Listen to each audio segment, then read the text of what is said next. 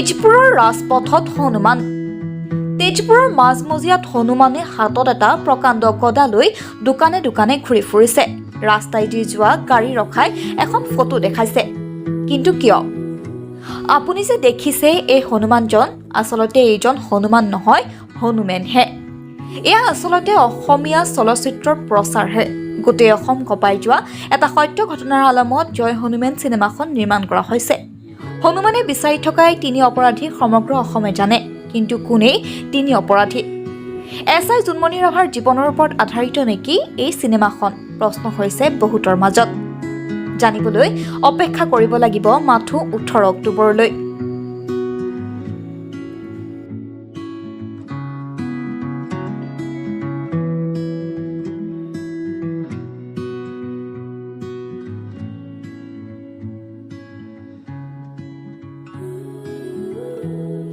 আমি এই তিনিজন অপৰাধীক বিচাৰি আছোঁ। এতে এনেকুৱা এটা কাম বাছা নাই যোনটো এতে অপৰাধ কৰা নাই। মাৰ্ডাৰ হওক, ৰেপ হওক, ডকাইতি হওক, যেনে ধৰণৰ সমাজত যিমান জঘন্য আৰু লেতেৰা লেতেৰা কাম আছে ইয়াতে চব কৰি ফুৰিছে। চ' আমাৰ অভিযানটো আজি এইটোৱে যে এওঁলোকক অতি সোনকালে আমি ধৰিব লাগে। খবৰ পাইছিলোঁ ৰাতিপুৱা যে এওঁলোক তেজপুৰত আহি পাইছে। চ' সেইটো কাৰণে আজি ৰাতিপুৱা আমি তেজপুৰলৈ আহি পাইছোঁ এওঁলোকক ধৰিবৰ কাৰণে। চিনেমা এখন আমি চাবলৈ কিয় যাওঁ? আমি সকলোৱে এটাই মন্তব্য দিওঁ যে চিনেমা চাব গ'লে আমাক মনোৰঞ্জন লাগে। হয়, আমিও একমত। আৰু জয় হনুমেন চিনেমাখন সকলো পৰিয়ালৰ সকলে একেলগে উপভোগ কৰিব পৰা এখন কমাৰ্চিয়েল মনোৰঞ্জনধৰ্মী চিনেমা। কিন্তু জয় হনুমেন চিনেমাখনে এনেকুৱা এটা সত্য কথা ক'বলৈ গৈ আছে, মনোৰঞ্জনৰ উপৰিও এনেকুৱা এটা সত্য কথা ক'বলৈ গৈ আছে যিটো কথাই গোটেই অসম কঁপাই গৈছিলে। গোটেই অসম জোকাৰি যোৱা এটা সত্য ঘটনাৰ আলামত জয় হনুমেন চিনেমাখন নিৰ্মাণ কৰা হৈছে। এই যে তিনিজন অপৰাধীক বিচাৰি আছে হনুমেনে, এই তিনিজন অপৰাধী আচলতে কি অপৰাধ সংঘটিত কৰি আছিল, যিটো অপৰাধৰ বিষয়ে গোটেই অসমবাসী ৰাইজে জানে। সৰু ল'ৰা ছোৱালীৰ পৰা আৰম্ভ কৰি বয়োজ্যেষ্ঠ সকলো ব্যক্তিয়ে জানে অসমৰ এটা ঘটনা। আৰু সেই ঘটনাৰ আধাৰতে এই চিনেমা জয় হনুমেনে বিচাৰিছে তিনিজন অপৰাধীক। কিয় বিচাৰিছে তাকেই জানিবৰ কাৰণে আপোনালোকে আহক 18 অক্টোবৰত চাবলৈ জয় হনুমেন।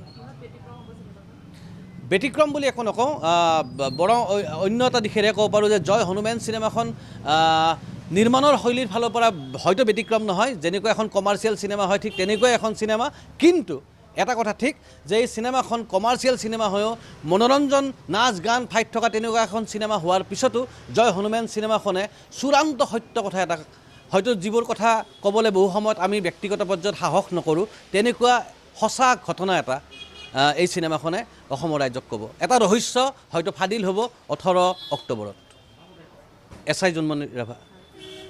মই আজি চব কথা কোৱাটো উচিত বুলি ভবা নাই। আচলতে সঁচা কথা ক'বলৈ গ'লে চিনেমাখন যিটোকে 18 অক্টোবৰত অসম ৰাইজৰ ওচৰলৈকে আহিবই। কিন্তু মই বাৰে বাৰে কৈ আছোঁ যে জোনমণি ৰাভা নে অন্য কি সেইটো মই এই বিষয়ে মন্তব্য নিদিওঁ। কিন্তু এটা কথা সত্য যে জয় হনুমেন চিনেমাখন কল্পনাৰ সৃষ্টি নহয়, অসমৰ সকলোৱে জনা, অসমক জোকাৰি যোৱা এটা সত্য ঘটনাৰ আধাৰতে জয় হনুমেন চিনেমাখন নিৰ্মাণ কৰা হৈছে। আৰু আমি আচলতে প্ৰয়াস কৰিছোঁ এটা আনচল্ভ এটা। নিউজ ডেস্ক ৰিপোৰ্ট, আছাম পত্ৰিকা, NE7।